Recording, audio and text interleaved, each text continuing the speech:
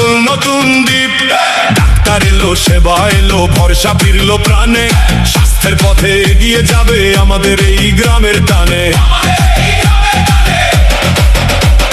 মায়ের মুখে স্বস্তির হাসি, বাবার চোখে নতুন আলো।